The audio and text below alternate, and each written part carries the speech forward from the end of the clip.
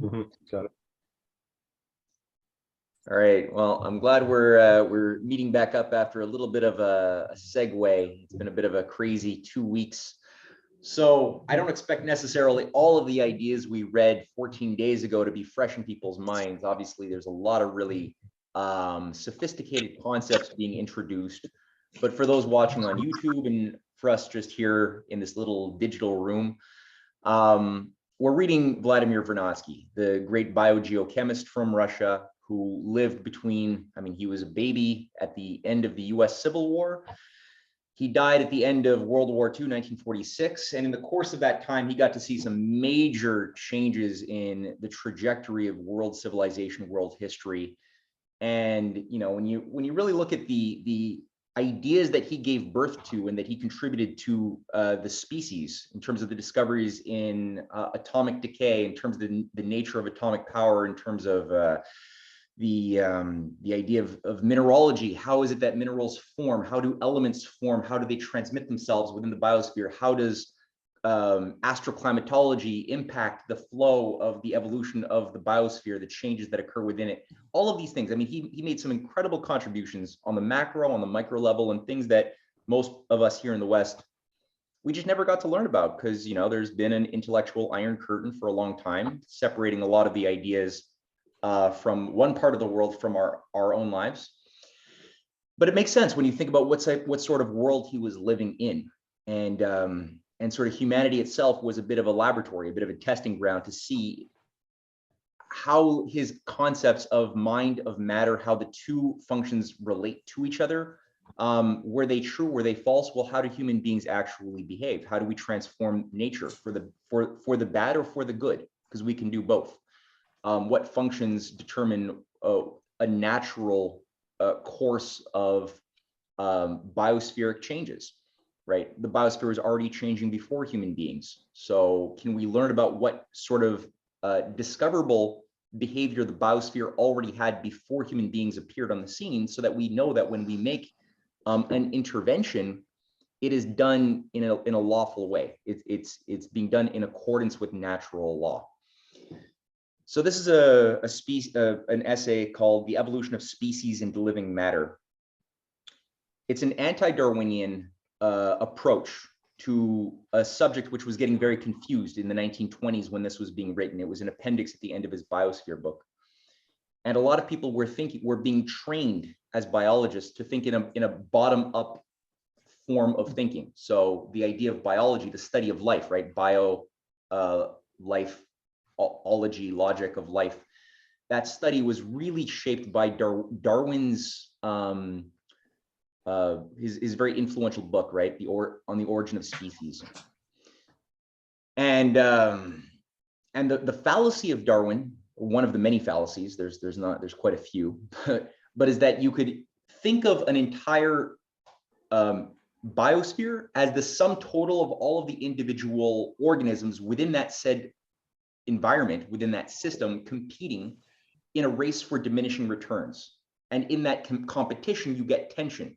And in that tension, you get an impetus for what we might call creative change, right? So there's a presumption of in the Darwinian view of a random mutation function always happening. There's just always randomness.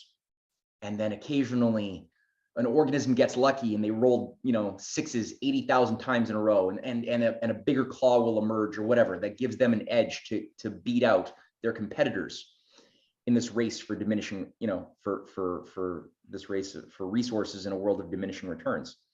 And those that are weaker will get beaten out, will be destroyed. Those that are stronger will see their genetics prevail. And one of the ironies, or one of the paradoxes, is that if this were true, you would tend to always see a diminishing rate of diversity in time, because as the stronger beat out the weaker of various races, would you not tend to see a homogenization of species towards a big Leviathan behemoth, super species, just sort of like having destroyed all of their competitors at the end of the game? But we don't see that. In fact, we see the opposite. We see in time, when we look and we dig through and we look at the characteristic of fossil records, we see that there was the very opposite. We had low diversity far back in time. And as time proceeds, we see systems emerge that get more rich, more complex, more interesting, and higher qualities of organisms appear on the scene that had no precedent before. We don't have Darwinian gradualism in the fossil records. There's no sign of like one organism slowly, gradually becoming another organism. We see instead these leaps that tend to occur, and usually whole systems are changed as systems.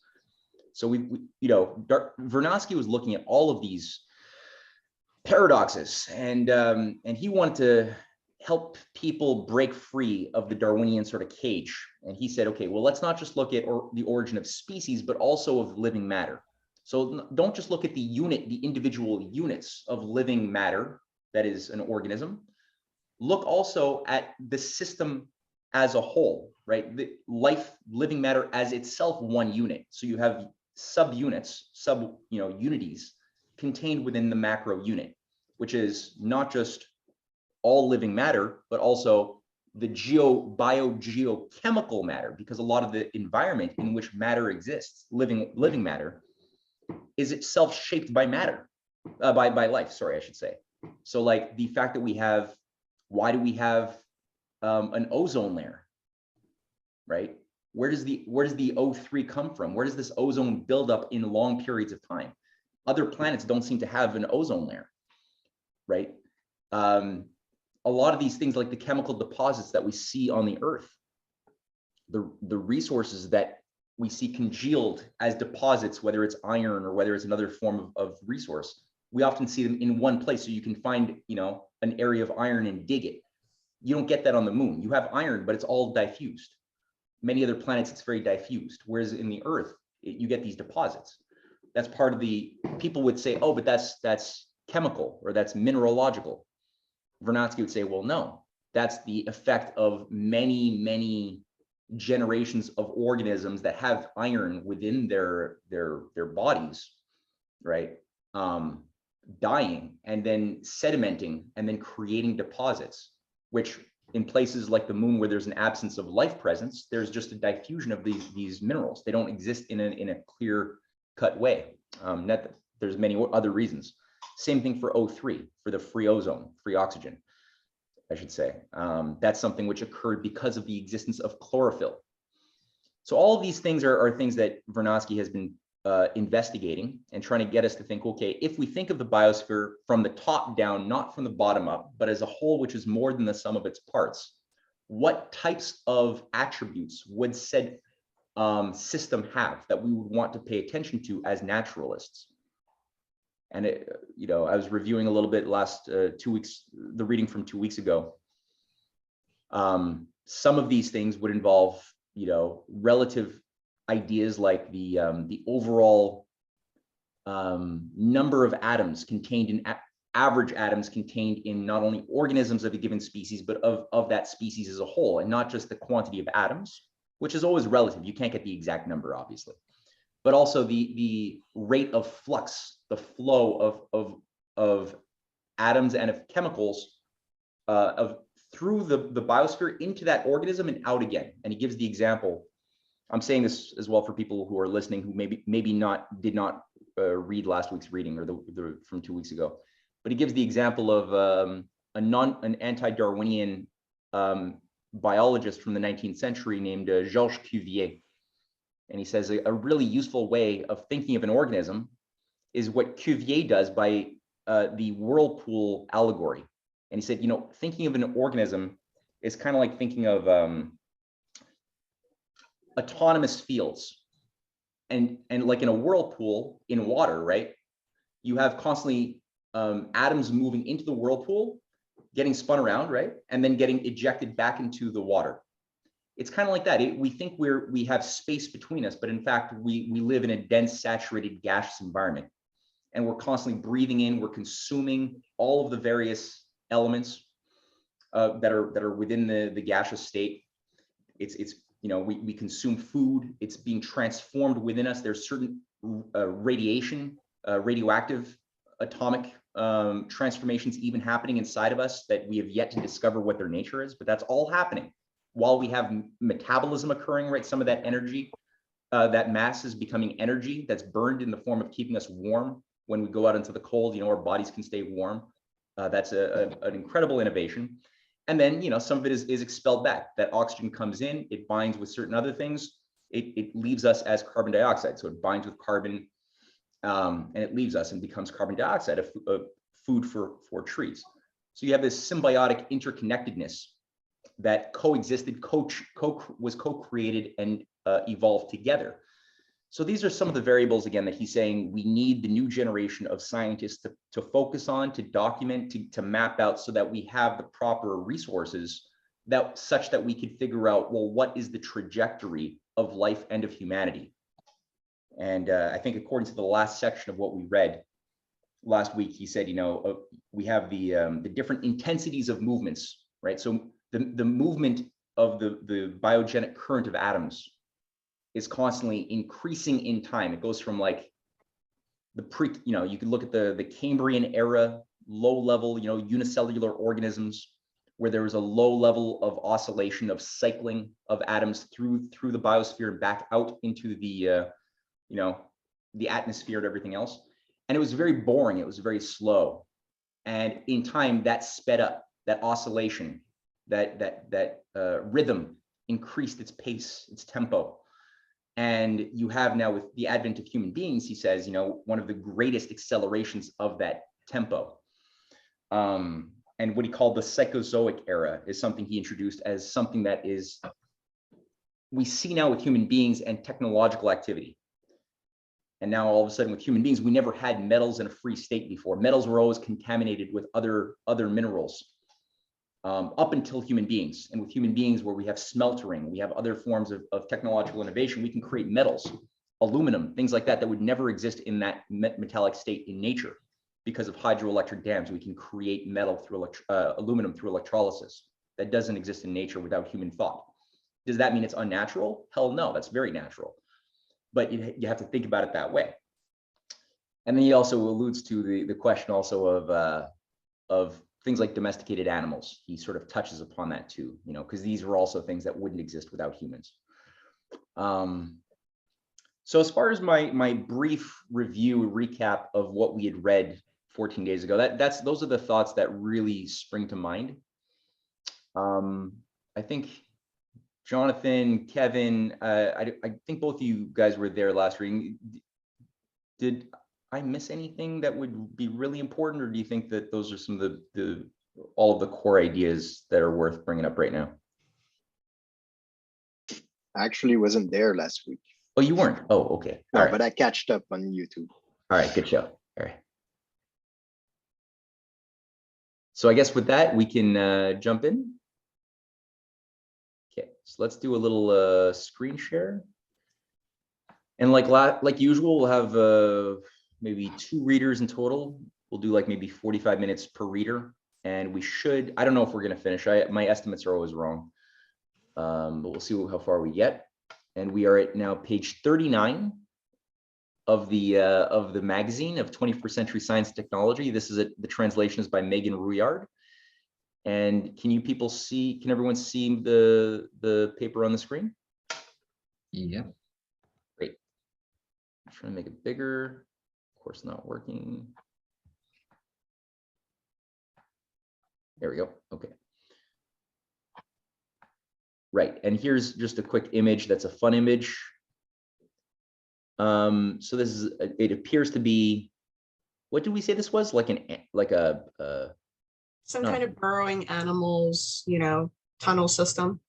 Right. And that he contrasts with the type of activity of human beings who also, we're another species that tunnels, except the technology, the way we tunnel today is very different from what we were doing 100 years ago or 1,000 years ago, because of the advent of technological progress, which is itself the effect of the mind, which itself is not material in that sense. So that's a fun little image. And okay, so we're at number 5, section 5. Who would like to be the reader for today. Okay, Pascal, Good start. please do. Okay, so number 5, the different forms of chemical migration indicated here constitute a special feature which we should have in view for the rest of our report. Another characteristic trait is given by the physical laws which govern them.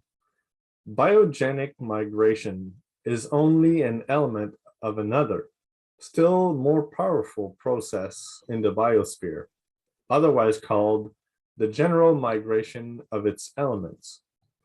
This migration is carried out in part under the influence of solar energy, of the force of gravitation, and the action of internal parts of the Earth's crust upon the biosphere. Do I stop for each footnotes? Only if they're juicy. Like here he says, perhaps this refers to volcanism or something similar. I'm not sure. I don't remember if this is Vernadsky's words in the footnotes or the translator. Probably the translator. Okay, all right. All these displacements of elements, whatever may be the cause, respond to diverse systems of equilibrium, which are mechanically determined. In particular, in the history of diverse chemical elements, they give birth to new, closed geochemical cycles, to whirlpools of atoms. They can all be reduced to heterogeneous laws of equilibrium and to the principles formulated by Gibbs. The cyclical processes in which the biogenic migration participates are maintained by an exterior force, renewed by an uninterrupted influx. The forces of radiant solar energy and atomic energy play a dominant role in the renewal of these elements. These equilibria, studied outside of this exterior influx of energy, are mechanical systems, which necessarily arrive at a stable state. Their free energy will be zero at the end of the process, because all the work capable of being accomplished in the system will necessarily be expended. In the equilibria of this species, the work always reaches a maximum, whereas the energy in a free state tends towards a minimum. Biogenic migration is one of the principal forms of work in natural systems of equilibrium, and evidently, it must tend towards a maximal manifestation. We can consider this property of biogenic migration as an essential geochemical principle which governs, in an automatic way, biogeochemical phenomena. The first biogeochemical principle, as I call it, can be formulated as follows. The biogenic migration of chemical elements in the biosphere tends towards its most complete manifestation. That's usually what Vernadsky will do. He'll usually describe, unpack a seed thought, and he'll unpack it quite a bit, and then he will compress it. He'll say it in the simplest way after he's said a bunch of things that are sometimes a bit hard to follow, but then he'll sort of recapitulate, and that'll be something similar to a what he calls an empirical generalization, or something that could be like you could chew on it a little bit more and then review it. In this case, the biogenic migration of chemical elements in the biosphere tends towards its most complete manifestation. So he's looking at, well, what are the overarching laws of the biosphere? Any questions that people might have problems with what he said or what he's getting at, or you want to just keep reading? So I'm just trying to remember. I mean, what he's saying is that basically you have a lot of different transformation of the atoms, like creation and replication, and it goes a bit everywhere. So if it's not impeded, is postulate there would be that as the process goes, it just basically like takes over or goes everywhere. It's like to the maximum that it can, the biogenic migration, it spreads, like it fulfills its, I don't know, it's a reason. Well, think of it as yearning. It's yeah, right. yeah. So he's adding the factor of this question of the yearning, that there's a maximum yearning towards maximum action, despite the limitations of each species within the biosphere and the biosphere as a whole, right? And the limitations he's alluding to some examples caused by, like, you know, solar radiation, Earth's crust tectonic activity. We've got a variety of other things that create boundary conditions. So you can't just have, like, you know, infinite species. You can't, you know, there's limits, but there's also this other thing that is striving towards expressing itself in the maximum way and doing the maximum amount of work of possible within a given time, because the possibilities are also changing according to the environment, the galactic environment in which the biosphere exists, and also the internal stuff going on within the Earth too, that are like volcanism and things like that are also within the Earth and outside the Earth, are all not the same in time. It's a very dynamic process in time. Right. Was it in this paper that he discusses, because there's all of these chemical, or you could say like more of a you know, lithospheric kind of components that bring up their elements, but also like the birds, for example, when the bird ingests whatever food and then their feces, like let's say they fly to a rock in the ocean that's never been, you know, occupied by any other species. Like this is like kind of bare lithosphere, but then by the fact of their feces being deposited on that rock or island, the like that's biogenic migration. Yeah, it creates like a phosphorus. Yeah, it could create a phosphorus buildup because they're bringing phosphorus and that they're injecting it and pooping in an area. Yeah, exactly. But he alluded to that earlier. He didn't go through that in depth, but he did mention things like, yeah, the appearance of like calcium, phosphorus in bones that are both used, and that when animals die and their bones, you know, decay and go into the soil, there's like a buildup of new deposits of those things as well. Right. Okay. Cool. You did say that last reading. Good. I would also add when he talks about its most complete manifestation, and I am just remembered by well, if you go up actually and look at the leaf there, he talks a little bit about that, in the sense that the leaf, over the process of evolution, if you wish, is optimally constructed, if you want, to migrate those chemical elements, just as he's talking about. No, so there, when you talk about complete manifestation, there's this idea of filling space, first of all, and of optimally filling that space, right? Yeah. Yeah. There's an idea that was more well known before our generation of an economy of nature. That was like a more common concept, that nature is built and wired to have a certain economy of using space in the best possible way, like the plant does. You know, and the least amount of energy, et cetera, et cetera. Exactly, to get the greatest amount of work. That's exactly what Vernadsky is tapping into. Yeah. Good point with the plant. Yeah, because what you see on the macro and in many organisms, you'd also see in individual organisms too. Yeah, makes sense.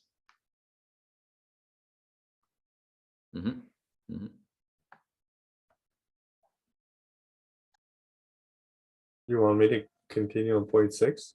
Yeah, read a couple more. Yeah. Okay. All right. Point 6.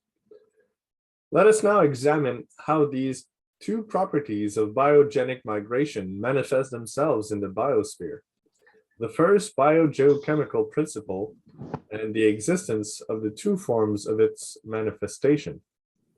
First, that connected to the mass of living matter, and secondly, to the technology of life. The mass of living matter must, evidently, at the time of the maximum biogenic migration in the biosphere, reach the ultimate limits, that is, if there exist such limits.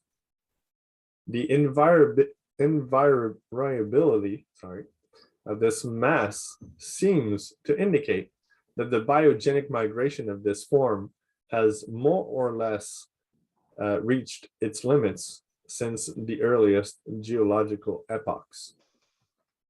This is not the case for the biogenic migration of elements, which is related to the technology of life. Here we notice a sharp jump to our Psychozoic geological epoch. We aid in the development of this form of the biogenic migration, and we must, in conformity with the first biogeochemical principle, admit that this form of the migration of elements will inevitably reach, with time, its maximum limit, while supposing that such a limit exists, or that it will constantly strive to reach its maximum development.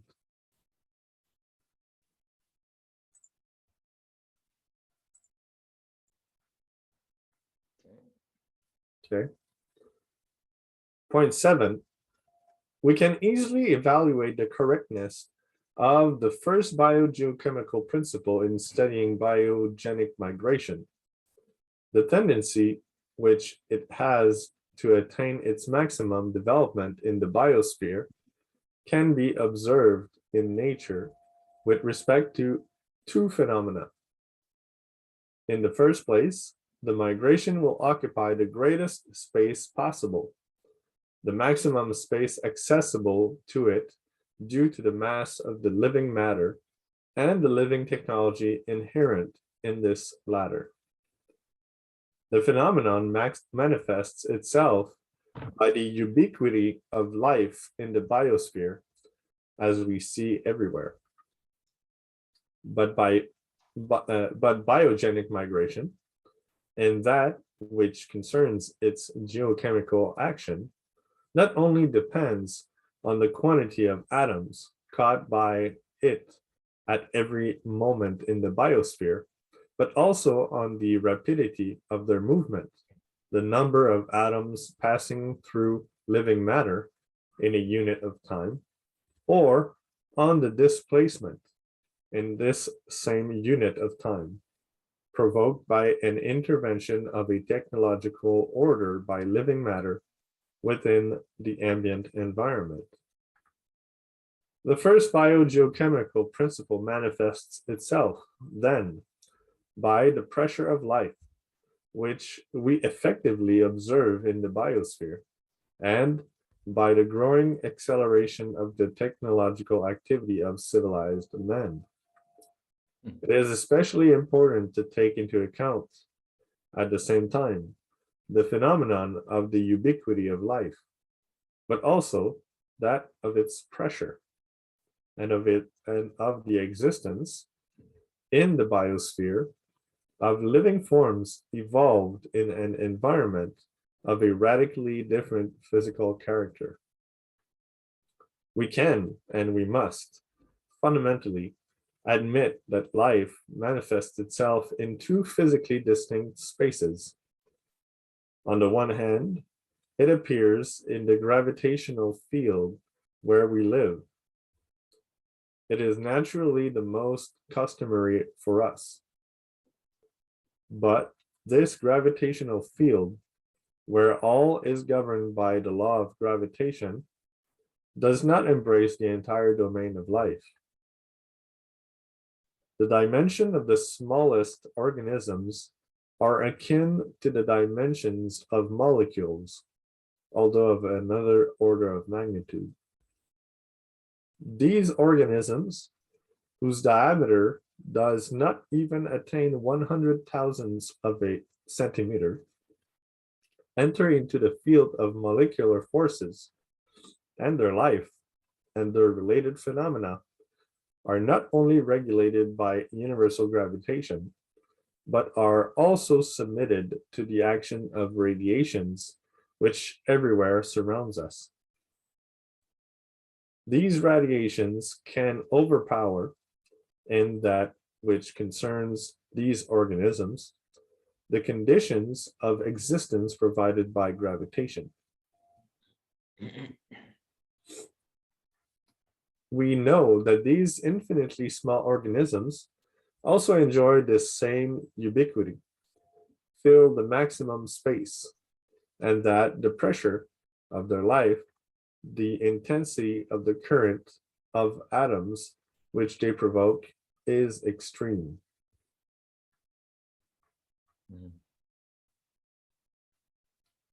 Yeah. I have the answer again to what I asked, right? By the image that's on the paper.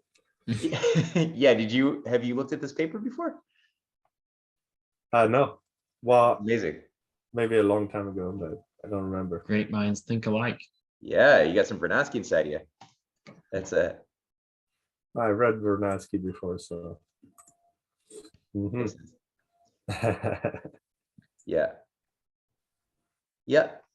I think one thing I got from this is that well, earlier I said that you know, that how let's call it, the biogenic migration. Biogenic migration, yeah. Yeah, it tends to fill space in an optimal way, right? But I think what he was saying in the first part of this of the 7th paragraph here is that when it tends to when this process is going on, it tends to dilute, if you wish, maybe the chemicals, right? And so that's why he's talking about this limit, this top limit that's being attained. But I'm getting the impression that with the second part of this chapter, not this chapter, but this 7th section, yeah, that he's hinting towards this, let's call it free energy that's coming from the molecular level. Yeah. Am I right? Am I seeing that right? Yeah, your intuition is good. It's that's what he's hinting at. And he's getting at because radiation was a relatively new phenomenon, right? You got to keep in mind he's writing this in 1928. Right. And the atomic revolution into the quantum world by Max Planck and Madame Curie was really just a few decades earlier. He had worked at with Madame Curie directly in France, Vernadsky. So he was on the cutting edge. And the question of, well, what is the nature of matter? If we can detect that matter itself is becoming energy at certain given rates, that changes everything about how we were presuming matter and space and time exist.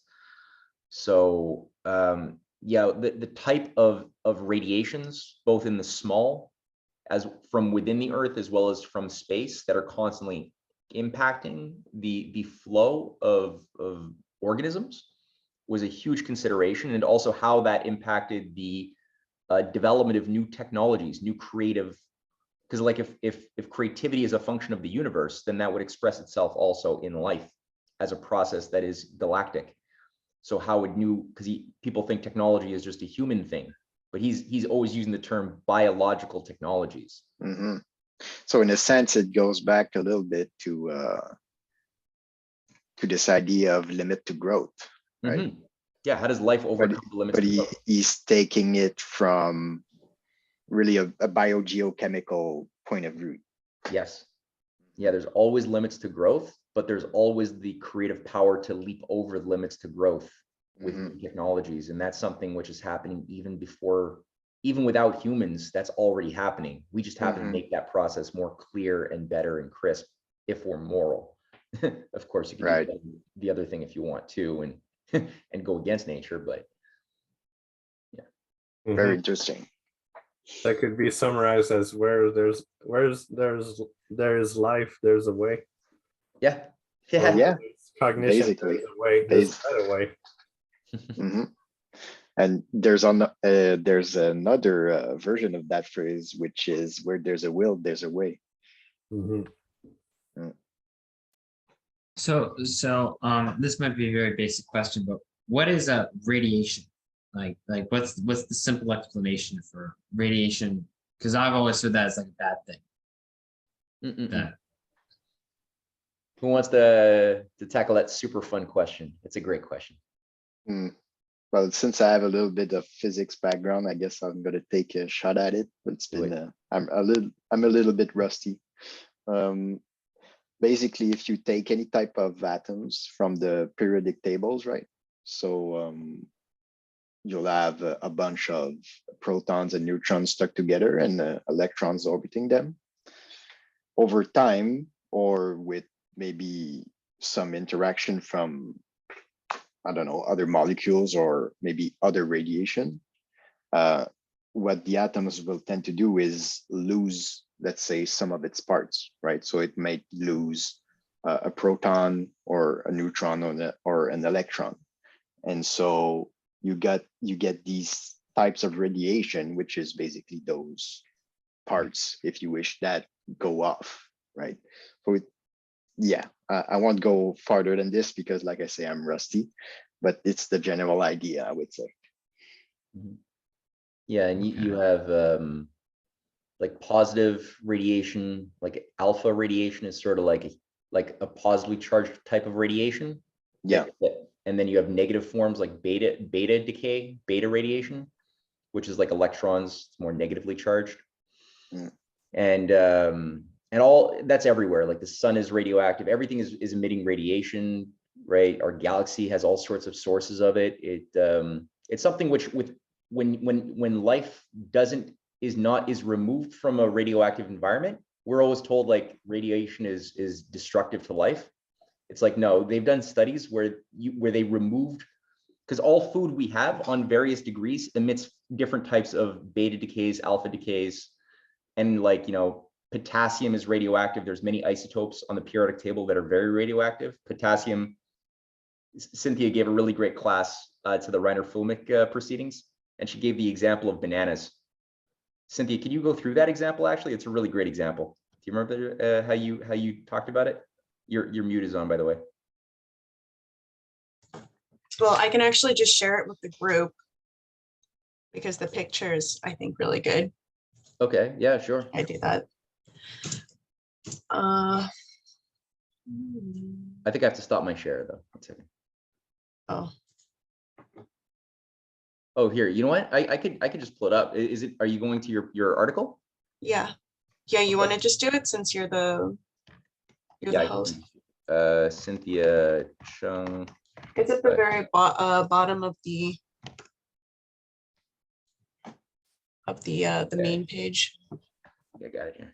But there's one banana image talking about just shipment size. There's another image talking about how much radiation you're exposed to, like if you're 50 miles from a nuclear power plant or through an airport security scan, flight from New York to LA, these sorts of things, but it's measured in bananas. So yeah. Oh wow.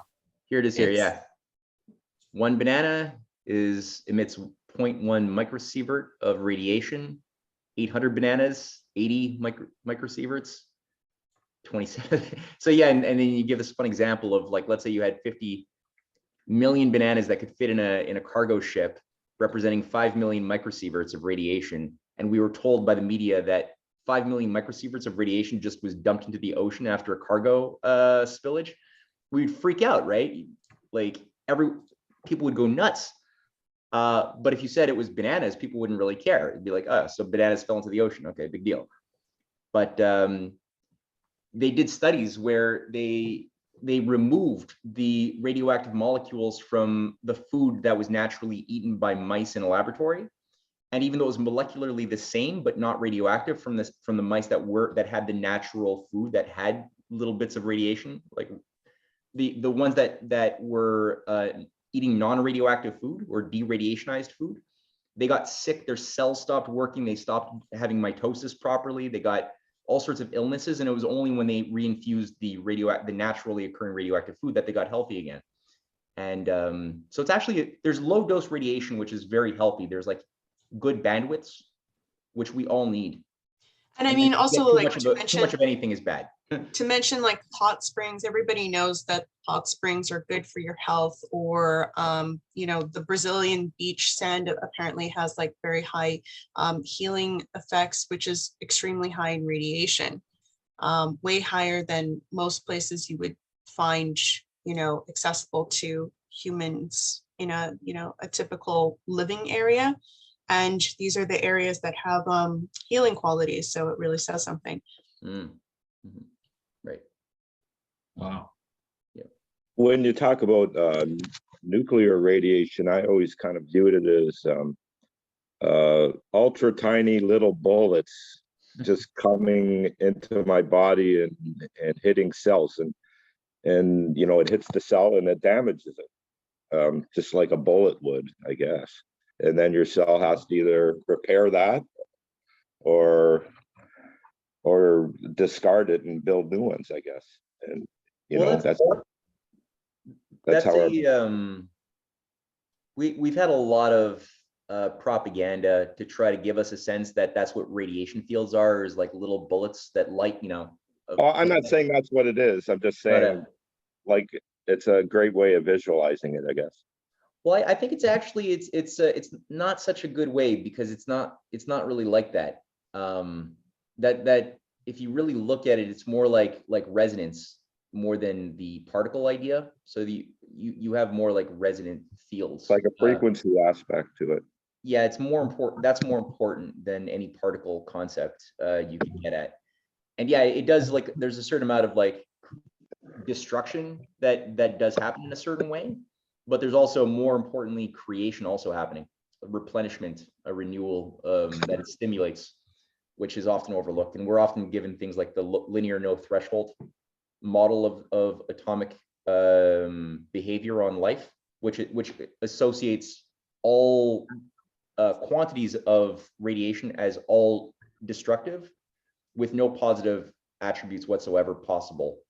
And there's certain sophistry that they say, you know, that if somebody got, you know, like a crazy big dose of radiation at Hiroshima and Nagasaki, which killed them, you know, 100% of the time, if you get this like massive dose, you know, 100% of the time with that massive dose, you will die. And then they did like a linear, that's what it's called, linear no threshold. They said, okay, well, if you get half that dose, it'll kill you half the time. If you get a tenth of that dose, it'll kill you a tenth of that time. And if you get a thousandth of that dose, it'll kill you 1,000th of the time. Like, so you'll always have a linear chance of dying according to the quantity. But the logic, and we have a friend, Cuauhtemoc, who gave this great example of vodka. And, you know, it's like if you drink like 10 bottles of vodka in a day, or like in an hour, let's say it'll kill you 100% of the time. But if you abide by their logic, if you take like 1/1000th of a bottle of vodka, they're saying that that'll kill you 1/1000th of a time. Yeah. And it's like, no, that's like a shot of vodka. That's not going to kill you anytime. It might, you know. So there's a fallacy there.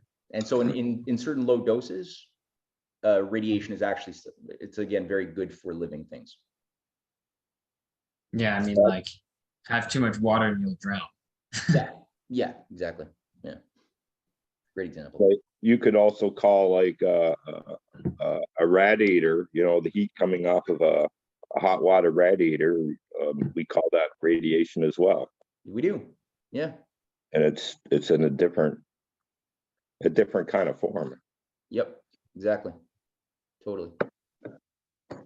Well, one thing that makes me think is that heat in it technically is radiation, right? Yes. So Yeah. Infrared. So there's this one. Oh, anyway, I was about to go on a rant, but this whole thing about radiation is such pile-mile, you know, brings about this this whole like debate between is light a particle or a wave. And these days people are like settled about, okay, well, let's say it's just both, right? Anyway, I just stopped there, but yeah, it's very confusing. Well, there's many kinds. There's many kinds of radiation. So, like when you ask, you know, what is radiation? That's kind of a general question, I guess. But a good one. It's something that it's good that it was asked. Yeah. And it's we didn't get anywhere near answering it. Well, I think I got a pretty good idea. Yeah, we got the gist. That's good. Yeah. Cool. Thank you. All right. So yeah, returning now to the question of Vernadsky and how do we overcome the limits to, how does life overcome the limits that it encounters to its growth potential? That's yeah. So now we're at number 8.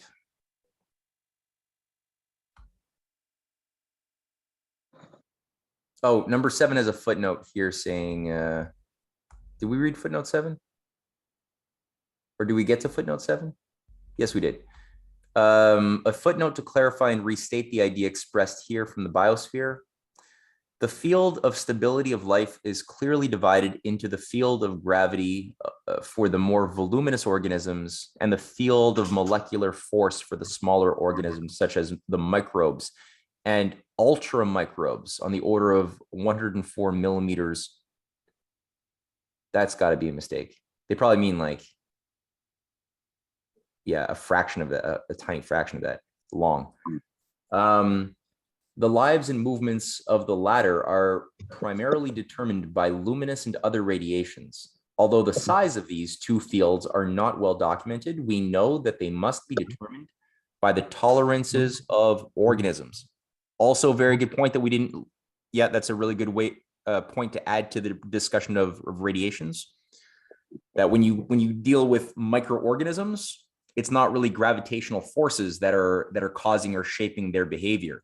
They're being shaped now by quantum phenomena, by you know, more the strong and weak nuclear forces are having more of an impact on their behavior than the bigger forces that act upon, like elephants and planets and us, you know, as bodies.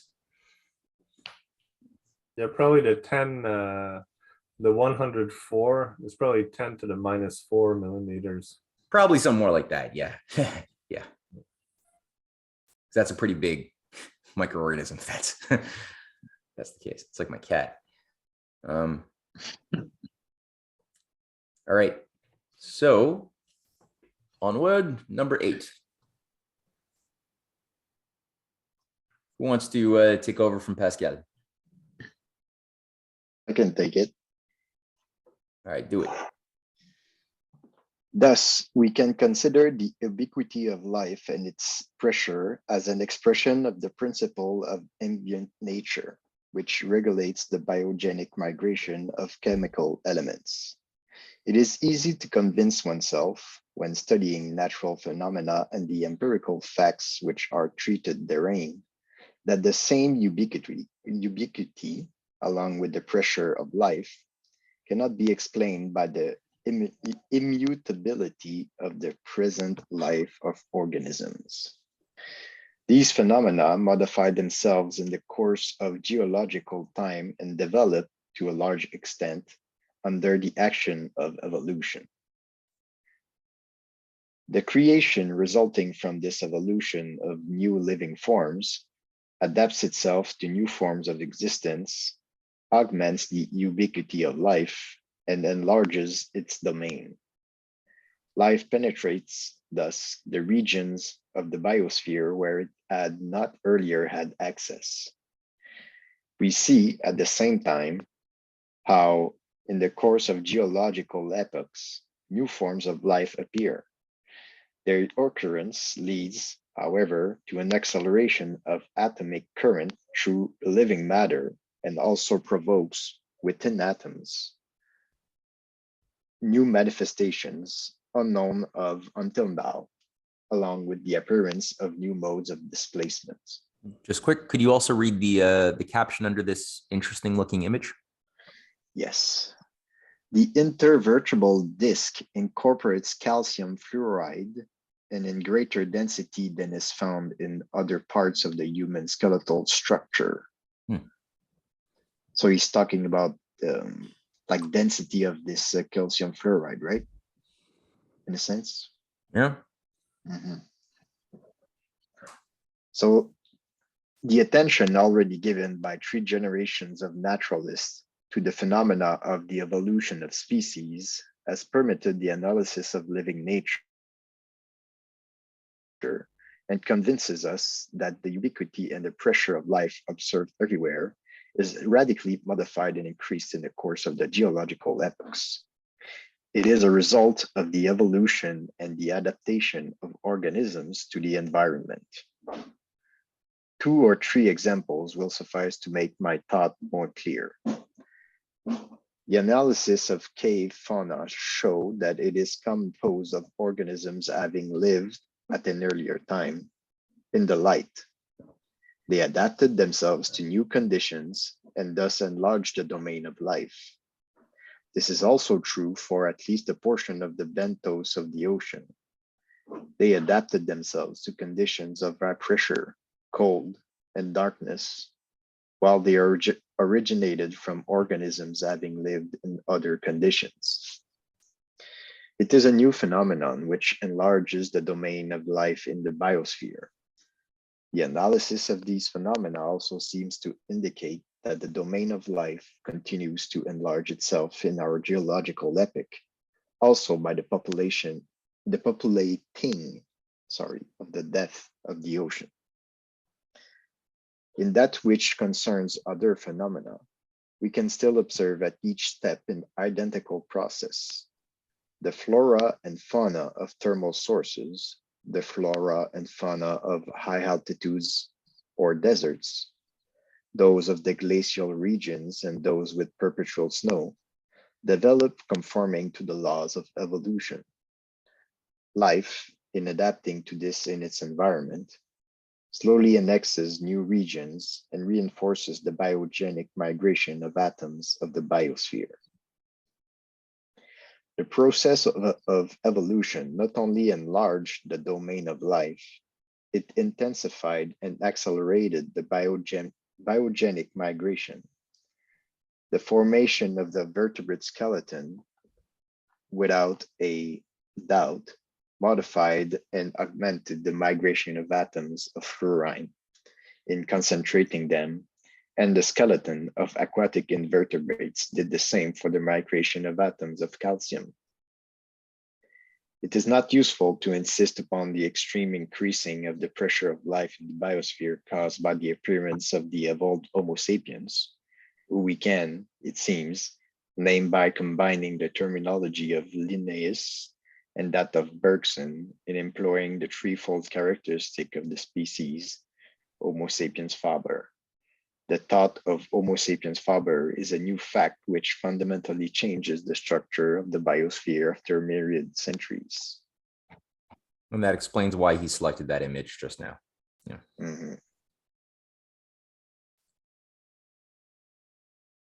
Well, so you have a, like I said earlier, this idea that not only humans but the biogeochemical sphere in itself, let's say, can engineer or make way for other new life forms to come, but like one step at a time, very slowly, just by the process of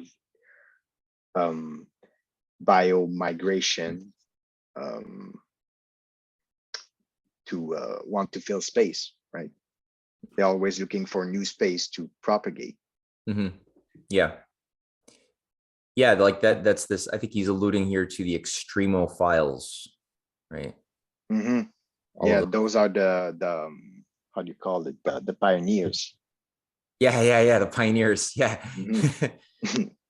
Yeah, you got this phenomenon where no matter where we go, like every time somebody thinks, okay, we've finally gotten into such a hostile environment inside of like a volcano or on the top, the highest Mount Kilimanjaro hostile environments where it's so cold or so hot or so deep and dark in the depths of the oceans, right? That life couldn't be found there. And every single time we're proven wrong, and we always find life. Even more recently, they found, I know a few years ago, in the lower levels of the ionosphere, like 80, what is it, like how many kilometers above the surface of the Earth? An immense amount, like 180 kilometers above the surface of the Earth, you have the ionosphere. And they found bacterial life that has somehow found a way to exist there in that very hostile environment on the cusp of space. And you're like, wow.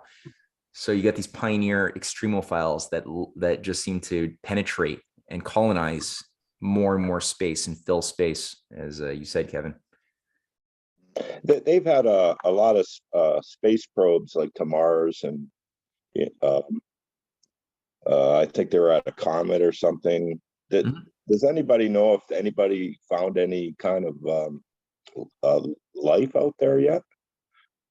Not yet, but there's a lot of signs that we're going to see some bacterial life, I'm sure, some evidence of it, but it's still disputed.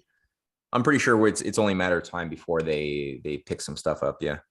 Well, I was about to bring up one of, I think it was a second talk that Michael Taraj did for the RTF, and he maybe it was the first one, but anyway, he was talking at one point about the fact that they found organic molecules in those famous Birkeland currents that goes through the stars, right? And Yes. From one star to another, and from one galaxy to another, just by with their scope, they're able to detect organic molecules. So that doesn't mean that there's life, right? But we know for a fact, I think, at least, that to have life, you need to have those organic molecules in the first place, or at least they have to be somewhere in the area, right? So no, it's nothing conclusive, but it's very, very interesting, I think. Yeah. I don't fully understand that at all. It's very enticing. I'm confused by it, because they're talking like radio astronomers and other astrobiologists who are discussing quite a bit the issue of organic material discovered in space, and I don't understand how that forms. Space. Hold on. Just want to do a little quick Google search. Yeah, and where does it come from? Yeah, like it's What's ubiquitous means, by the way? Oh, like everywhere, or okay. Yes. Yeah, we're gonna have to look at some of this stuff later.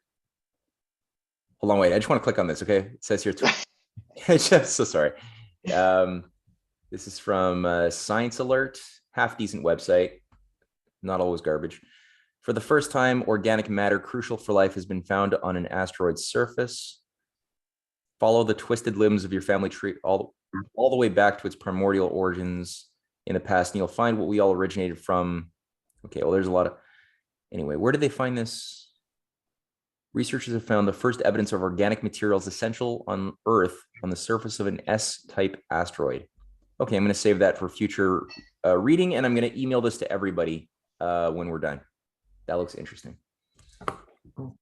And I think the point too that he's intervening upon is that it's not just simply Homo sapiens, right? Like the Darwinian just has this very simplistic idea that human beings just descended from monkeys. And that's a very, very uncreative. There's a lot of problems with that, obviously, that we don't have to go into. But the idea of adding Faber, Homo sapiens Faber, is a very useful idea, because that Faber means, I think, fabricate, right? Like we're the creating, the tool making. So that implies that our species character isn't anything organic or biological per se. It's our mind's ability to fabricate, to create, that defines us, and not some like, oh, we've got these opposable thumbs, The mind and the soul as well. Well, that's the thing. You can't create if you don't have a soul, in a sense. you know, or at least you can't discover. I mean, could you create without? That's a whole philosophical discussion. But, yeah. Look at Abraham Lincoln. It talks about like beavers, right? Yeah. Beavers make their dams the same way they did 1,000 years ago. Yeah. As far as I know. As far as we know. But somewhere along the line, that first beaver had to think of building a dam, or maybe he didn't. He just did it. Well, that's the interesting thing, eh? Like, undoubtedly, they didn't really come up and think about like making a diagram or a blueprint or anything. Like, and I'm sure bees didn't come about and go to school and figure out, you know, what's the best way to like keep our honey. Hexagons. Yeah, that's so much better than squares. It didn't occur intellectually, but there's something wired into life that intuits how to create things in the best way possible according to certain constraints that exist. Human beings, like you said, with citing Lincoln, can improve upon that. But the question then is like, well, what about the first bee that made it that way, right? Like what's that? That's a good philosophical question. It's a chicken and egg question in some sense. Perhaps. Well, yeah, like at some point, a beaver just decided to start doing, or you know, or whatever the proto beaver was, right? Decided all of a sudden to make their home by damming up a river, a stream, and it caught on. It's fascinating. You know, we have a father and our mother, and then through our genes, we get some inherent talents that we get from our parents, and maybe even something new from the combination of the genes. I don't know. A lot of open. Oh, Matt, on that note, you forgot to start with the cats and the alligators. Since we're on so many segues, you want to go there? You want me to pull up the video? I can pull yeah, do it because it's so incredible. Because you know, I don't want to believe that is true, and I think that with humans, there's definitely more going on. But with animals, there is definitely a memory that's being passed on for prolonged periods of time, even if it's not relevant at all to their life since the last, you know, hundreds of years. They have an archaic memory of a very distant past. We found it.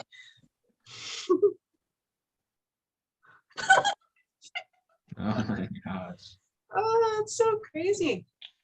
Yeah, there's hundreds of these different videos. It's wild, of just cats that have no fear with alligators, and alligators are more afraid of cats than cats are of alligators. Like, look at this thing. These owners have obviously seen. Yeah, they're super used to this. Look at this, and this alligator, even though we all know it could snap that cat to death in a second, it knows. It has like a genetic memory, eh? That there's both of them. Yeah, both of them seem to have it. Yeah. And cats are bigger and alligators are smaller. Well, and that's the thing, when you actually look in nature, there are big cats that do take down alligators. Yeah, alligators are hunted by jaguars. And that one cat went for like 3 alligators. It took them all down, and this other one's fun. Anyway, yeah. So there's a lot of videos like that, and it's interesting.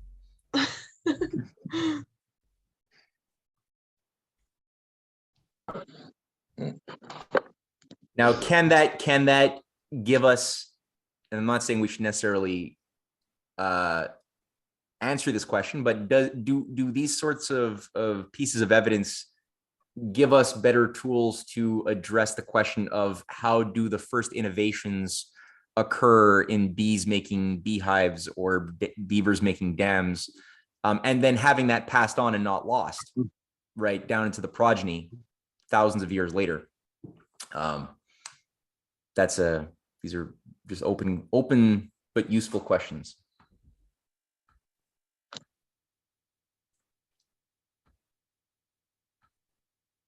Are you asking the question? No, I'm just throwing it out there. Just saying. For anybody listening at home, chew on it. But yeah, if you, I think we should maybe keep reading. Okay. I'll go on with 9. Thus, the analysis of living ambient nature establishes in a sharp and decisive way that the ubiquity and the pressure of life in the biosphere are the results of evolution.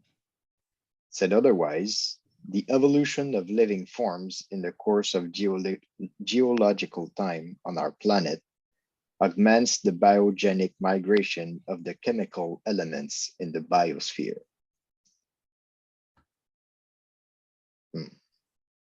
Naturally, the mechanical condition which determines the necessity of this character of atomic migration is maintained uninterrupted in the course of all geological time, and the evolution of forms has always taken this into account. This mechanical condition, which caused this biogenic migration of elements, is due to the fact that life constitutes an integral part of the mechanism of the biosphere, and fundamentally, it is the force which determines its existence. It is also evident that the evolution of species is correlated with the structure of the biosphere. Neither life nor the evolution of its forms will have been able to exist independently of the biosphere, nor to be divided from it as separated natural entities. Starting from this fundamental principle, starting from this fundamental principle and the fact of the participation of evolution in the ubiquity and the pressure of life in the current biosphere, we are well situated concerning the evolution of living forms to pose a new biogeochemical principle. This biogeochemical principle, which I will call the second biogeochemical principle, can be formulated thus. The evolution of species leading to the creation of new stable living forms must move in the direction of an increasing of the biogenic migration of atoms in the biosphere. Okay, that is the there. most important thing that Vernadsky has ever said, I think, as far as this essay is concerned. Not ever said in his life, but as far as this essay, like that's the biggest takeaway. Core law of progress of nature. Because you have this, it seems that you almost have a formalization of directionality. Yeah, exactly. It's even worth reading again. Yep. The whole paragraph, or no, yeah, just the evolution of species, just his law. Okay. Like, yeah. Right. Well, you know, I am almost tempted to also read the this other part in the first paragraph. Okay, do it. So because he said the evolution of living forms in the course of geological time on our planet augments the biogenic migration of the chemical elements in the biosphere. And then he ends with the evolution of species leading to the creation of new stable living forms must move in the direction of an increasing of the biogenic migration of atoms in the biosphere. Yeah. And he's almost setting up the stage, it seems, to a kind of like a bidirectional relationship in the sense that here he's saying that the creation of new stable species augments the biogenic migration, but he's established earlier that biogenic migration creates itself new and stable living forms, right? So there's this reciprocal and non-linear relationship between biogenic migration and evolution. Yeah, like the system shapes the units, but the units in turn shape the system. So you have this, yeah. just like us, right? As far as beings, we individually are shaped by the cultural field we're born into, and we can in turn choose to influence positively or negatively the same field that we were born into, right? That can resonate after we even die. So we're both shaping and being shaped by fields. Yep. So.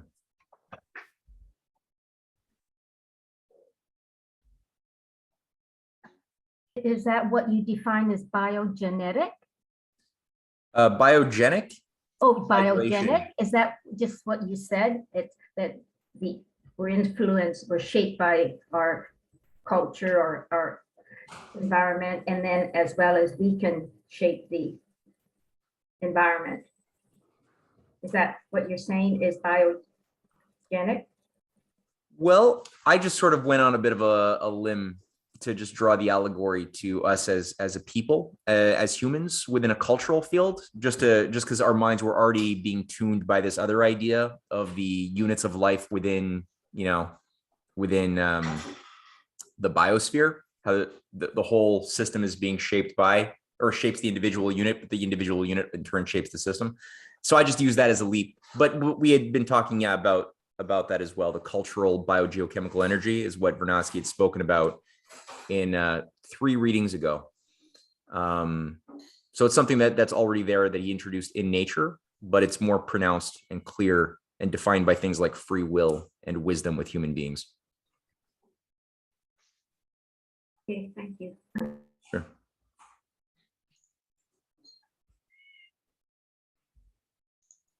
Do I go on? Biochemical, what is biochemical? Biogeochemical. Oh, what is that?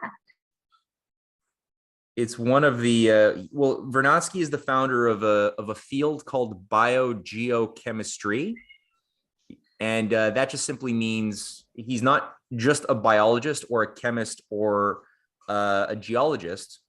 He recognized that you can't understand any one of those 3 fields unless you take all 3 into consideration at the same time. Since chemistry is being shaped and affected by life, the life force, that also geology is being affected as well by life and affects life. And all of these things are taking place within our solar system, which is part of our galaxy. And he's always talking about these contexts leading up to the advent of Homo sapiens faber, right? Human beings. Yeah. And this new phenomenon. So Yes, yeah, okay, yeah, I'm just trying to refresh myself. I kind of remember that now. Okay, it's coming all right, back. cool.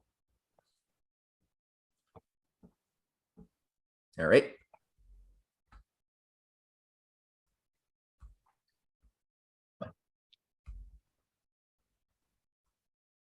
Kevin, you want to pick it up? Sure.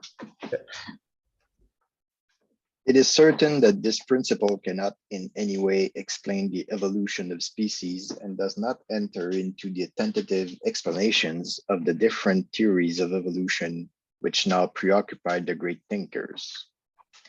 This principle regards evolution as an empirical fact, or rather as an empirical generalization, and it attaches it to another empirical generalization, that of the mechanisms of the biosphere. But it is far from being indifferent from the point of view of evolutionary theories, and it indicates, in my opinion, with an infallible logic, the existence of a determined direction in the sense of how the processes of evolution must necessarily take place. This direction coincides perfectly in its scientifically precise terminology with the principles of mechanics, with all our knowledge of Earth's physical chemical processes to which biogenic migration strives. All theories of evolution must take into consideration the existence of this determined direction of the process of evolution, which, with the subsequent developments in science, will be able to be numerically evaluated. It seems impossible to me, for several reasons, To speak of evolutionary theories without taking into account the fundamental questions, the question of the existence of a determined direction invariable in the process of evolution in the course of all geological epochs.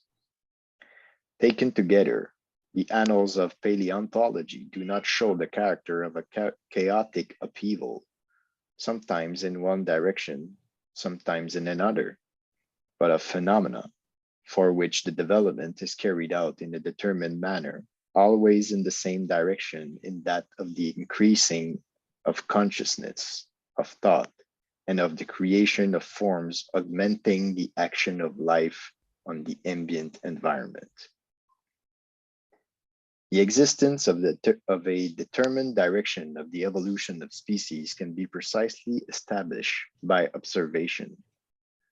I will limit myself to a small number of general examples relative to the unfolding of processes of evolution, to paleontological indications considered from the point of view of the transformation of the biogenic migration in the course of geological epochs.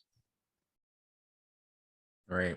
So now you could see he's really laying down the gauntlet here for those. Yeah. Yeah, that's a big slap in the face for well, for all those big bangers, right? Big bangers and Darwinists, especially. One of the core principles of Darwinism is that there is no directionality. Exactly, it's all random. Yeah. And then the other school, because you have to keep in mind who Vernadsky's doing battle with. He's doing battle on the one hand, right? Who are his contemporaries? What are the dominant ideologies that he has to contend with, that he's intervening upon? And you have those that we've just talked about. And then you have those like Pierre Teilhard de Chardin, who coined the term noosphere. And Chardin is among, he's the founder, he's a eugenicist who's a founder of transhumanism, along with Julian Huxley, who are trying to say, they're trying to create a new Darwinian synthesis to say, oh yeah, there is a direction, but the direction is amoral. It's just towards more complexity, more quantitative complexity. Now, in the reality, they're of the view that we're moving towards a transhuman age, that ultimately they will be the new gods to control the flow of evolution, right? The elite Ubermenschen. And that theory is useful for them to just justify their political ideologies, which is also why Thomas Huxley was sort of, he didn't really believe in Darwin, but he promoted Darwinism, like Cynthia brought about in her essays and her InfoWars interview. Thomas Huxley himself didn't believe in Darwin, but he fought like hell to make sure Darwinism was successful as an ideology. But he himself was more of a proto-transhumanist.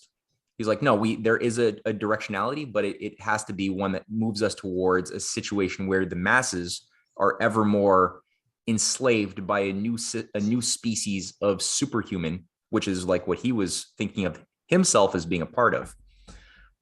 So that's what Vernadsky is like, doing battle with both of this ideology, this biological science, pseudoscience for the elite, and the fake pseudoscience for the masses. And he's doing battle with both. Are you kind of saying, sorry. Yep. Are you kind of saying there's like a consciousness in the evolution of things? If there's a direction, if there's a determined direction which is provable, then who determined the direction? Like what idea determined that? Yeah, but in a sense, I think Vernadsky here is, like he's saying at the start of this section, that regardless of who put that process there, it's there. It's and there. We're gonna work from that point Yeah. forward and backward, right? But that's what I like here, is that he doesn't go through the theological route, right? No. Yeah. He's leaving that open.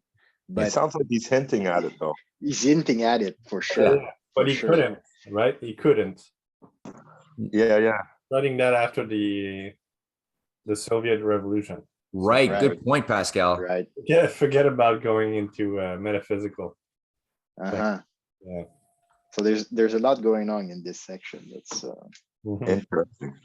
Very good point. Yeah. Yeah. That's an context, right? Yeah. The Soviets had just taken over. He was then dealing with a world in Russia contaminated by an anti-religious ideology of dialectic materialism. So it became very dangerous to use certain theological terms in science. You could be killed, or at the very least lose all ability to have any job or teaching or anything, you know? Mm. So yeah, he had to use a very But you careful see, language. like, I think it's Kelly who asked the question. The fact that he asked the question proves that Velikovsky did a great job here. Vernadsky? Vernadsky, sorry. Yes, that Vernadsky did a great job, because basically what he's doing here is bringing you like 3/4 of the way, and then you're left asking that same question of, well, if there's this pattern, who put the pattern there? And then you're in theology, right? Or metaphysics. Mhm. Great job. One thing that I liked and that I kind of I've learned from Matt, watching Matt's videos, is that you have a whole different outlook on science when you think of just the fact that there is a creator, an oracle there. Not saying what it is, but going from that entirely changes the way that there's a purpose for everything. Mhm. That I've always thought was fascinating. Yeah. But getting back to Teilhard, I mean, when I read, when I hear what Vernadsky is talking about, it's just so similar to what I've been reading about Teilhard. I mean, his Christogenesis is, to me, it's much more similar than he is with Huxley or or transhumanism or anything. So, I know that you've got one, you've got something about Teilhard that you've been reading about, but I think we've got two different kind of materials that, different maybe times in his life, or I don't know, but Well, the thing, Satomi, I've read a lot of Teilhard, and I don't know if I ever sent you that essay I wrote going through my research, but there's two Teilhard de Chaldins. There's the public Teilhard de Chaldin, and then there's the private Teilhard de Chaldin. Just like there's sort of two Adam Smiths. There's the one that has the public personage, and then there's the private one. And it's not the same person in the sense of only one of them is the honest one. And I think you have to go to his personal letters and his correspondences. I feel that I got more of his private, intimate things. No, you didn't. You got, if you I don't. I think I've got, that's what I really do. I feel that I can feel the heartbeat of Teilhard. So, but anyways, we'll never agree, but sure, but just for anybody listening right now, I did write an essay where I did cite directly his words from his personal letters, talking about his belief in eugenics and the extermination of the unfit races on behalf of an elite, which he did say, Satomi. You can't ignore the fact that he actually wrote these things and participated directly in fraud scientific operations like the Piltdown Man hoax, the Peking Man, all frauds to justify Darwinism and synthesize it into Christianity. He also formulated transhumanism with Huxley. They were close friends for 10 years. Like, you can't ignore all of these facts. Don't just look at the things he said in his public books, which are a lot of nice words. You got to look at that other side. Well, not just his public work. I mean, his public books, but okay. But I also, yeah, okay, well then I'm not going to go on anymore. But also, didn't Darwin kind of doubt his own theory near the end of his life? We have a quote from Darwin, a letter he wrote to a relative of his, And it's a sad, pathetic quote, a letter where he writes how when he was young, he used to be able to appreciate poetry and Shakespeare and Shelley, and was even, he tried to even write poetry that gave his soul joy. And he said in his later years, he's no longer able to be affected by beauty anymore. And he feels sad that he lost that ability. And then he self-diagnoses himself saying, I think it has to do with the fact that I have allowed my logic to overgrow my heart.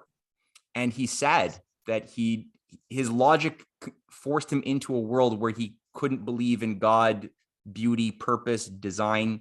These things he couldn't believe in those things because of his logic. And it's sad. Yeah, it shows me that he's himself a bit more of a victim in this game than, let's say, a Huxley, one of his handlers, Thomas, who I think was more aware. Yep. I think if people want it, it is in his autobiography. And I can just read it real quick since we've gone on this path. I've said that in one respect, my mind has changed during the last 20 or 30 years, up to the age of 30 or beyond it. Poetry of many kinds gave me great pleasure. And even as a schoolboy, I took intense delight in Shakespeare, especially in the historical plays. Music was a very great delight. But now for many years, I cannot endure to read a line of poetry. I have tried lately to read Shakespeare and found it so intolerably dull that it nauseated me. I have also almost lost my taste for music. My mind seems to have become a kind of machine for grinding general laws out of large collections of facts, but why this should have caused the atrophy of that part of the brain alone on which the higher tastes depend, I cannot conceive. The loss of these tastes is a loss of happiness and may possibly be injurious to the intellect and more probably to the moral character by enfeebling the emotional part of our nature. And that again came from his autobiography, age 26. Wow. That's hard. It breaks my heart. Yeah. Ouch. You got to feel for the guy. Understand what happens to all of them, but at least he had a bit of a conscience as the others didn't have. I mean, that was really the only difference, but you know, that process has to happen with all of those people. Varying degrees, yeah. Yeah, yeah. Yuppers. Of course, some could just be, of course, you know, just very evil. There's those too. Yeah, there are those too. Who can still appreciate some music while at the same time doing evil, like we discovered by reading Aldous Huxley's writings. Mm-hmm. There's a parallel that you could do with Karl Marx, you know, as actually his ideas were taken after his death and were pushed even more than what was done, you know, during his lifetime. He was a very idealistic guy to a certain extent, and Engels really used him. Right. Where you said like Engels was kind of like Thomas Huxley, whereas like Marx is kind of like Darwin in that sense. Yeah, kind of thing. Yeah, I think. I don't think he could really perceive what would happen with his ideas after he passed. Yeah. I saw I saw a movie about these Nazis. They'd be listening to Mozart and Bach, and right after they've gone to the concentration, you know, where they just gassed people. Like, I wonder if that's a true kind of a, you know, like I remember it being just shocked seeing that they could listen to music and still do, you know, like what they had done in the Holocaust. Cynthia, didn't you write something about that? Yeah, I did a piece that was talking about what the attack on Valery Gergiev and in general Russian culture right now with the whole Ukraine situation. And I was just making the point that because the Germans were very, Valery Gergiev was the head conductor of the Munich, I think, orchestra, and they fired him because he refused to denounce Putin. And I was just making the point that in Germany, they basically had their culture erased, and so they should be very careful about wanting to do it to others. And yeah, you have movies like Schiller's List or Hannibal or Clockwork Orange, and they've tried to constantly associate Bach especially, but Beethoven as well, and Mozart, with Nazis, fascism, or serial killers, and they do it on purpose. So it's not to say that you don't have people like Aldous Huxley, who's involved in MK Ultra and also listens to classical music, but in terms of movies, it's a very conscious decision to do that, so that now when you listen to Beethoven's music, right, you're going to think of Clockwork Orange for Ode to Joy.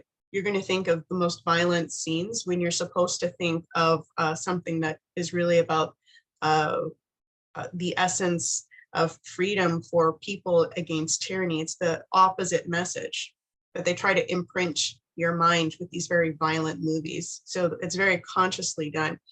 Yeah. Oh, yeah. Oh, thank you. Yes. I thought, I know Beethoven because there was the old case of Fred Wandler being prosecuted after the war for staying there. But I thought Bach was kind of pushed on the side when the Nazis were in control in Germany because of the religious aspect of it. Like they wanted to get rid of everything religious, everything that had to do with the good, the bad, and all that. It was really like pushed on the side. And like Beethoven, since, you know, well, except for the Ode to Joy, but you don't have any lyrics, so it's, you know, people could do whatever they want with that. But everything that was religious, especially Bach, I think was really like was not very popular under the Nazi rule. But I'm not sure. Yeah, no, Right. it's in the movies. I'm talking about like in Schindler's List or Hannibal. They're playing Bach in the movies. It's not reality. It's how Hollywood is choosing to depict how Hollywood is choosing to depict reality. Or classical music, German classical music. Right. It's like it's skewing its natural influence that it was supposed to have in the first place. It's about beauty, and they make it about something monstrous. And I mean, to this day, if I hear Ode to Joy in a certain, you know, sense, and not from the very beginning, and so I think, you know, of Clockwork Orange sometimes. It's right. And I've only seen that movie once, but it really stuck in the head. That's why, kids, don't just watch any movie without really thinking about what you're getting into, because sometimes it stays with you for a very long time. It's hard to undo. I gotta say, when I watch all your posts on YouTube, in the beginning, you always have some amazing classical music, and it's not just classical, but I have to admit you have a very good choice of selections. Thank you. Yeah, we're trying to sort of tickle people into wanting to explore, you know, like give them a little taste of something nice so that they want to listen to the whole thing. Because yeah, when you start really immersing yourself in classical music, you start realizing that there's something happening that's just incommensurable with any form of like typical popular music we're you know, immersed with. It's something new, it's something different, and it's so unavailable for most people. I know myself, I had no relation to classical music until I was in my 20s. I had hardly any experience with it. And it took a while to get, I didn't even like it at first. I was like, I mean, I liked it a little bit, but it took me a while to get a taste for it. I kind of got away from it until I started watching your videos, and then yes, it's like, wow. oh yeah, boy, is that like Mozart. You know, we had someone say, you know, since you're expecting your audience to have a certain amount of focus anyway, you should have longer classical music introductions. Yeah, but because they enjoyed the music so much. Your selections are amazing. Cool. Ah, you made my day, Kelly. It's great. Yeah. Awesome. Anytime. Well, you know, Vernadsky as well. He actually, before he died, he was working on because he spent the last years of his life really focusing on the question of the noosphere, having like spent decades really unpacking and shaping our idea of the biosphere, the lithosphere, you know, the domain of non-living and living matter, how, you know, and he did so much pioneering work. And then ultimately his destination was always to like really define the nature and structure of human technological growth. Like what would be the law of humankind that would be in conformity with natural law, that would be based upon a natural, healthy mind of human beings in motion. And he was working on classical music and poetry. He actually writes in his unpublished letters his idea of, because not everything that is in the noosphere is necessarily good, right? Like some things that the mind produces, like concentration camps, that doesn't exist in nature. It's not good, you know? So it's not like everything the mind does is good, but then the question is, well, what would be the cultural field that creates a fertile soil such that thoughts are the best possible thoughts with their material manifestations in alignment with nature? And so different categories of arts is what he was working on and contrasting with what types of arts produce crap, noetic output, and which types produce good output. So that's another fascinating thing. Yeah, I wish I could write music. There's like, I think we just we're still in the infancy when it comes to sound and how to produce it and the feelings that you can get from it. We have a long way to go in an evolutionary way, I think. Absolutely. Well, you know, another interesting thing with Bach, what was it? Correct me if I'm wrong, Cynthia Pascal. I had read somewhere that Bach's teacher was somebody who had translated Kepler and Kepler's work on the harmonies of the world. Wow. I did hear that. Yeah, Buxtehude. Buxtehude, yeah. Or no. Was it Buxtehude? Yeah. Okay. I don't remember. Sorry. But yeah, I heard what you said. You just said, yeah, I heard that before. Yeah, that's a mind-blowing thing because Kepler completely created astrophysics. Like he was the creator of astrophysics as we know it, and he did it by working on harmonics and the harmonic musical arrangements of the planets in the major and minor modes, and he worked it through in a thorough way. But he challenged in his Harmonies of the Worlds in 1619, he challenges future musicians to compose music with this new system of notation that he discovered, which produced his third planetary law of motion. And he challenged, like nobody was producing music. It was all kind of arbitrary. And so the idea that Bach's revolution in music occurred with a direct bridge via his teacher who was translating Kepler is mind-blowingly interesting. That might have influenced or probably did influence Bach's own compositions and his, well, you know, his fugues and everything else is very enticing. Yeah, someday we'll invent some brand new rhythms. Yep. Well, I mean, the idea that you know, we're told we're not allowed to produce music like Beethoven or Mozart or Bach anymore. That's from the past. They're from another age. Now we do the type of music that's acceptable for music. Like music schools today, they're just like art schools. They're catering to a certain political set of aesthetics that's acceptable for the current slave society. And yeah, like classical music kind of died out when, well, just after all, like around all the famous scientists in the late 1800s, early 1900s. And that's when music, like classical music, it was flourishing then. And then all of a sudden, you know, the wars come and the nuclear bomb, and then you don't like. There's no more classical music. Like there is, but it's. I don't think it's really advanced the way it did back then. Yeah, it was never supposed to be cut off. It's a shadow of what it was, and it really was derailed. Your insight is good. Almost, yeah, deliberate. Yeah. Well, I feel the same with jazz. You know, it just sort of went sideways too, but it's a very complex notes in jazz as well, and be interesting, you know, where that people could take that too, jazz and classical. I love the combination of the two as well.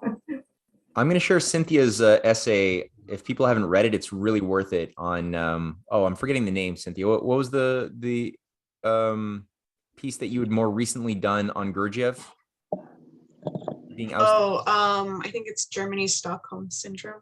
That's the one. Yeah, I'm gonna share that. It's so good, and it really goes through the Congress, because you bring up the Congress of Vienna, the Congress for Cultural Freedom a century later, just to get across that the battle over culture is the primary battleground around which all of history is shaped. And people don't pay enough attention to this, but it's a really good paper. I'm gonna share it here. Or no, I'll just send it by email. But guys, it is 9:45. We have about 4 more pages to read. They're dense pages, so I pressed stop share because I think that's going to be a solid, good session with a good conversation to be had next week by reading that as part 3. And from there, personally, I mean, I'm open to suggestions, but I really want to get to reading some Henry C. Carey. Yeah. And I figure we'll read Lincoln's Discoveries and Inventions speech in one sitting. And then I think we could read a few essays or excerpts of Henry C. Carey's writings, which is really Vernadskyan. Everything we're reading, all of these ideas, you'll see already a century earlier in Carey in their own specific fun way. So we'll do that soon, very soon. Was Carey a scientist? He's yes, kind of. Yeah. Oh. Yeah. Back when politics, economics, and science were different sides of the same thing before they were all split apart and compartmentalized, he was the leading champion in the 19th century and an advisor to Lincoln. Wasn't he the leading organizer of the Centennial Exhibition? Yep. Yeah. As far as I understand it. Yeah. Mm-hmm. No, he was a force in nature. He was a real geological force. Mm-hmm. Yeah. So we'll do that. One thing I'll say though about music, and just quickly going back to music, is that at our church, the guy who plays organ created a whole new setting for the mass with different tunes that go with it. And they're beautiful tunes with the that go with the organ, and he wrote them, and so there's new stuff coming. Yeah. Can you send me a recording of that? I think I can. Yeah. I'll have to see. Your church sounds really spectacular. You did Midsummer's Night's Dream too? Yes. Yeah, that sounds really great. Yeah, they're like reading Plato together. They're doing Shakespeare. Wow. Yes. That's super impressive. Yeah. A lot of young people there, or is there? Oh yeah, there's a lot. Yeah, there's a lot of young kids. A lot of homeschool families, big homeschool families. Okay, so no pressure. You guys are gonna have to save the world. Yeah.